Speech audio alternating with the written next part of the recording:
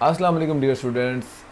DA वाले students के लिए ई कैट के हवाले से मैं आज की वीडियो में जो चीज़ें डिस्कस करने जा रहा हूँ उसमें नंबर 1, डीए स्टूडेंट्स के लिए ई कैट का जो टेस्ट है उसका सिलेबस क्या होगा, ई कैट कितने मार्क्स का होगा, किस सब्जेक्ट्स में से कितने नंबर का पेपर आएगा, सिलेबस की प्रिपरेशन किस तरह से की जाए और किस तरह से फ्री ऑफ कॉस्ट इसको पढ़ा जाए, बुक्स या हेल्पिंग मटीरियल क्या होगा, टेस्ट देते हुए किन बातों का आपने ख्याल रखना है और कौन सी गलतियां आपने नहीं करनी। तो चलिए स्टार्ट करते हैं। क्वेश्चन नंबर 1, एंट्री टेस्ट का सिलेबस क्या होगा।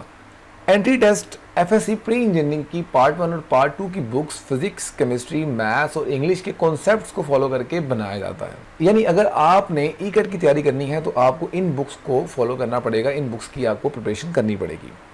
लेकिन सारी बुक्स तो हम प्रिपेयर नहीं कर सकते क्योंकि हमारे पास टाइम बहुत थोड़ा होता है। तो फिर क्या करें? मेरा मशवरा है आपको कि आप सेकेंड ईयर के मैथ्स की तैयारी करें और फर्स्ट ईयर और सेकेंड ईयर की फिजिक्स की तैयारी करें और इंग्लिश की कॉम्प्रीहेंशन की तैयारी करें, जिसका मैं आगे चल के आपको तफसील से बताता हूँ। क्वेश्चन नंबर 2, ई कैट में कितने एमसीक्यूज होते हैं और हर एमसीक्यूज के कितने मार्क्स होते हैं, टोटल कितने मार्क्स होते हैं और क्या नेगेटिव मार्किंग भी होती है। ई कैट में 100 एमसीक्यूज टोटल होते हैं और हर एमसीक्यूज के 4 नंबर होते हैं। इस तरह से टोटल मार्क्स जो है वो 400 हो गए। तो जी हाँ, बिल्कुल, अगर आप किसी भी क्वेश्चन का आंसर गलत देते हैं तो उसके लिए आपको नेगेटिव मार्किंग जो है वो उसका सामना करना पड़ता है। नेगेटिव मार्किंग किस तरह से होती है, यानी अगर आप कोई भी आंसर जो है वो गलत देते हैं तो उसमें आपको उसका -1 जो है वो दिया जाता है। क्वेश्चन नंबर 3, किस सब्जेक्ट से कितने नंबर का पेपर आता है। फिजिक्स से 30 एमसीक्यूज आते हैं, केमिस्ट्री से भी 30 एमसीक्यूज आते हैं, मैथ से भी 30 एमसीक्यूज आते हैं और इंग्लिश के 10 एमसीक्यूज आते हैं। हर एमसीक्यू के क्योंकि 4 नंबर होते हैं इसलिए इन टोटल को मिला के जो है वो 400 मार्क्स का पेपर आपका बनता है। Question number 4, most important question जो बच्चे बार बार पूछ रहे हैं कि सर सिलेबस की तैयारी किस तरह से की जाए। तो मैं आपको बताता हूँ कि सिलेबस की तैयारी किस तरह से करनी है और वो भी बिल्कुल फ्री। सबको पता है कि जो मुल्क के हालात चल रहे हैं और इस दौरान अकेडमीज ऑफ हैं और आपके पेरेंट्स भी इस कंडीशन में नहीं है कि आपको भारी भारी फीसेस पे करें और ताकि आप ई कैट की प्रिपरेशन जो है वो किसी भी अकेडमी या किसी भी इंस्टीट्यूट से कर सकें। तो इस सूरत हाल में आपको क्या करना पड़ेगा? इस सूरत हाल में आपको मैं चंद जो फ्री वेबसाइट्स हैं उनके बारे में बताता हूँ ताकि आप उनके ऊपर जाके अपने ई कैट को किसी हद तक जो है वो प्रेयर कर सकें, क्योंकि टाइम बहुत थोड़ा है हमारे पास। नंबर 1 आपके पास है सबक.pk और नंबर 2 आपके पास है ilmkidunia.com के नाम से। ये दो ऐसी वेबसाइट्स हैं जहां से आप फ्री प्रिपरेशन कर सकते हैं। लेकिन कैसे? प्रोसीजर मुलाहिजा करें। जी बच्चों, तरीका समझने के लिए कि आपने तैयारी कहाँ से करनी है, वेबसाइट्स कहाँ से किस तरह से ढूंढनी है, मुलाहिजा करें। सबसे पहले आप गूगल क्रोम ओपन कर लें। उसके बाद यहाँ पे जाके लिखें सबक डॉट पी के। ये एक ऐसी वेबसाइट है जो एक फाउंडेशन की तरफ से रन की जा रही होती है और ये बिल्कुल फ्री है और इसके ऊपर जो लेक्चर्स हैं उसके ऊपर एड्स भी नहीं होती, यानी आप तंग नहीं होते बार बार एड्स देख के। इसमें आप नीचे जाएंगे तो सबसे पहले आपको नज़र आएगा यहाँ पे ये सेंटर में E CAT physics, E CAT chemistry और ई कैट मैथ। जैसे कि मैं आपको पहले बता चुका हूँ कि फिज़िक्स और मैथ्स करना है आपने, केमिस्ट्री छोड़ देना है क्योंकि टाइम थोड़ा है, हम दोनों काम नहीं कर सकते। इस तरह ई कैट फिज़िक्स के ऊपर राइट क्लिक करके ओपन एक न्यू लिंक कर दें, या आप अपने मोबाइल पे भी कर सकते हैं।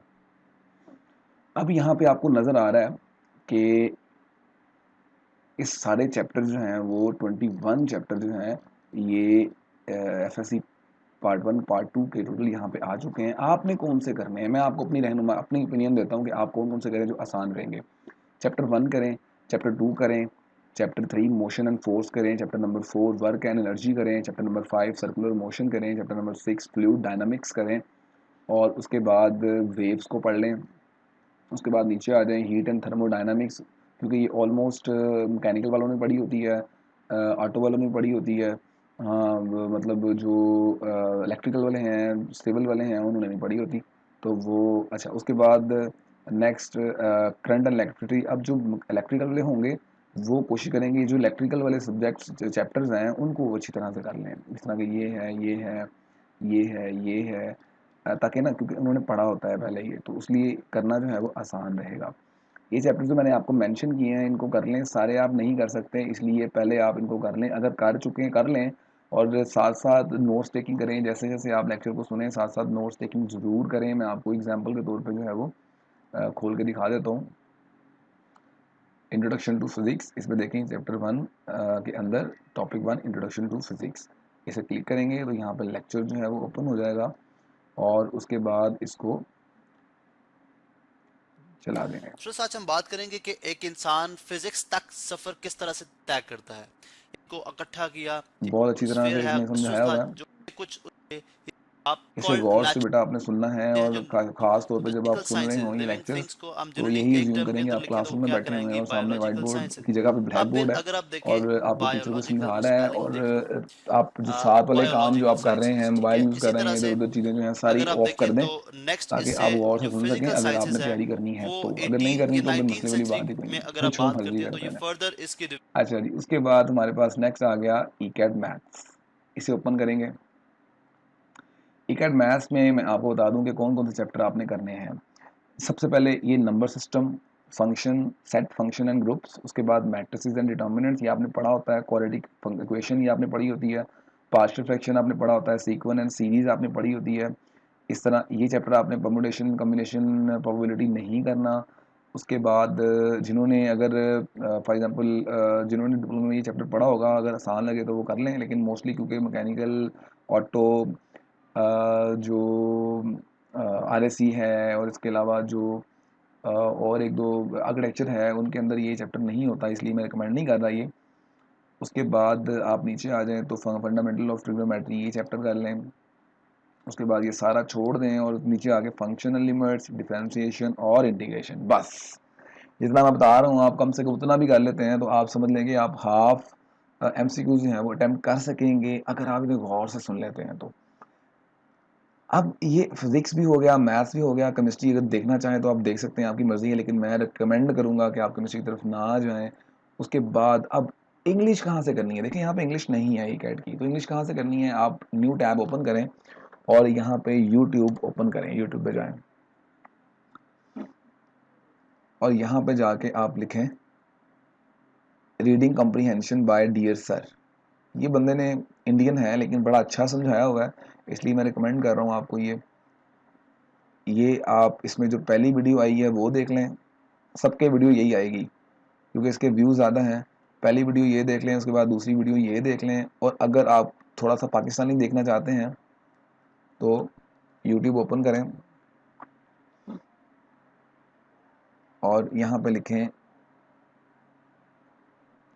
रीडिंग कॉम्प्रीहेंशन बाय इल्म की दुनिया, इल्म की दुनिया। अब यहाँ पे जो ये लेक्चर आया ये भी आप सुन सकते हैं, ये लेक्चर जो है ये भी सुन सकते हैं, ये भी अच्छा लेक्चर है, लेकिन ये क्योंकि बीए बेस का है, लेकिन फिर भी अगर आपको टाइम बचे क्योंकि 10 नंबर का 10 एमसीक्यूज हैं यानी कि 40 मार्क्स हैं, तो आप जो गौर से देख लेंगे तो कोई मसले वाली बात नहीं। और थोड़ा काम है, ये थोड़ा काम है, ये आता अनसीन है, कहीं से भी इसका सिलेबस नहीं होता, ये याद रखें, अनसीन आता है, पता नहीं होता कहाँ से आता है, लेकिन अगर आपको ट्रिक्स और टिप्स पता होंगी इसकी तो आप इसको सॉल्व कर पाएंगे।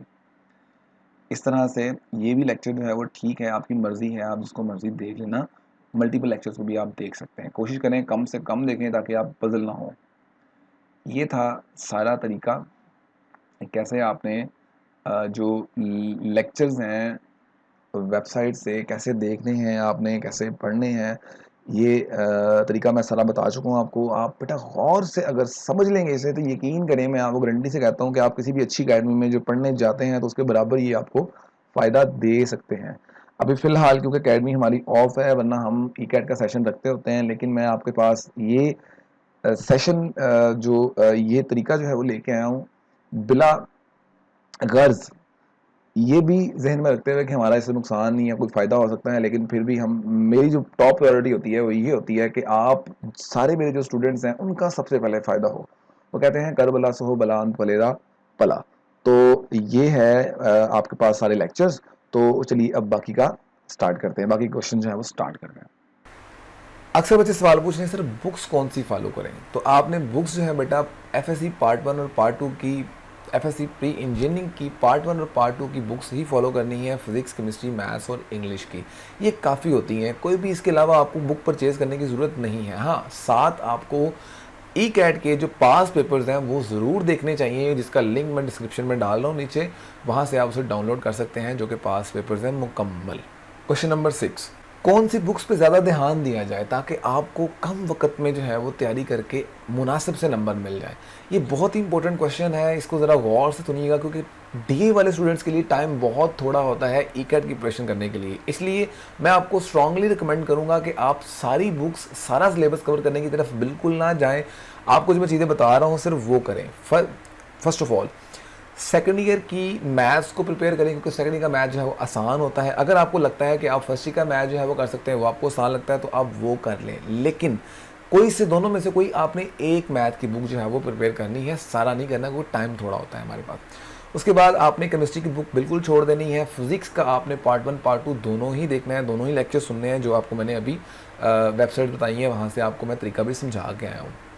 उसके बाद इंग्लिश में जस्ट बेटा आपने जस्ट कॉम्प्रिहेंशन जो है प्रिपेयर करनी है, इसके अलावा आपने कुछ नहीं करना।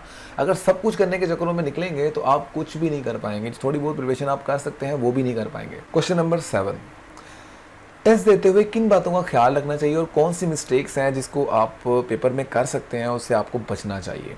सबसे पहले बेटा आपने ख्याल रखना है कि जब आप टेस्ट स्टार्ट करें तो सबसे पहले आपने इंग्लिश का पोर्शन स्टार्ट करना है, क्योंकि उस पर टाइम कम लगता है। उसके बाद अगर आपने केमिस्ट्री प्रिपेयर किया तो केमिस्ट्री का पोर्शन कर लें, वरना आप फिजिक्स पे चले जाएं। उसके बाद आप मैथ के पोर्शन पे जाएं। मैथ के पोर्शन पे हमेशा एंड पे जाएंगे, उस पर टाइम ज़्यादा लगता है, वरना अगर आप उसको शुरू में ही टाइम करना शुरू कर देंगे तो आपको टाइम मैनेजमेंट आपसे सही नहीं हो सकेगी, जिसकी वजह से आप पूरे 100 MCQs जो है वो अटैम्प्ट नहीं कर सकेंगे। डीए स्टूडेंट्स के लिए ई कैट प्रिपरेशन की इस इन्फॉर्मेशन को ज़्यादा से ज़्यादा अपने दोस्तों के साथ शेयर करें, ताकि इस नेक काम में आप भी शामिल हो सकें। अगर आपके जहन में ई कैट के हवाले से कोई भी क्वेश्चन है तो प्लीज़ ज़रूर कमेंट बॉक्स में करें, और इसका जवाब मैं इंशाल्लाह आपको ज़रूर दे दूँगा। अपना बहुत सारा ख्याल रखिएगा, और एंड पे इशफाक अहमद साहब की बहुत ही खूबसूरत दुआ के साथ कि अल्लाह ताला हम सबको आसानियाँ अता फ़रमाए और आसानियाँ ही तकसीम करने का शर्फ अता फ़रमाए। खुदा हाफिज़।